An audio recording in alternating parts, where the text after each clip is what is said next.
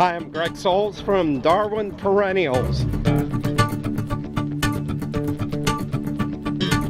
A lot of growers today tell me, you know what, Greg, I don't have enough labor in April or May to transplant perennials that I'm going to sell in the summer and in the fall.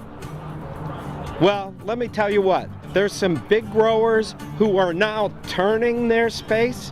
When you used to plant it the old way in the fall and overwinter it until you got to spring, the winter would kill a lot of those perennials.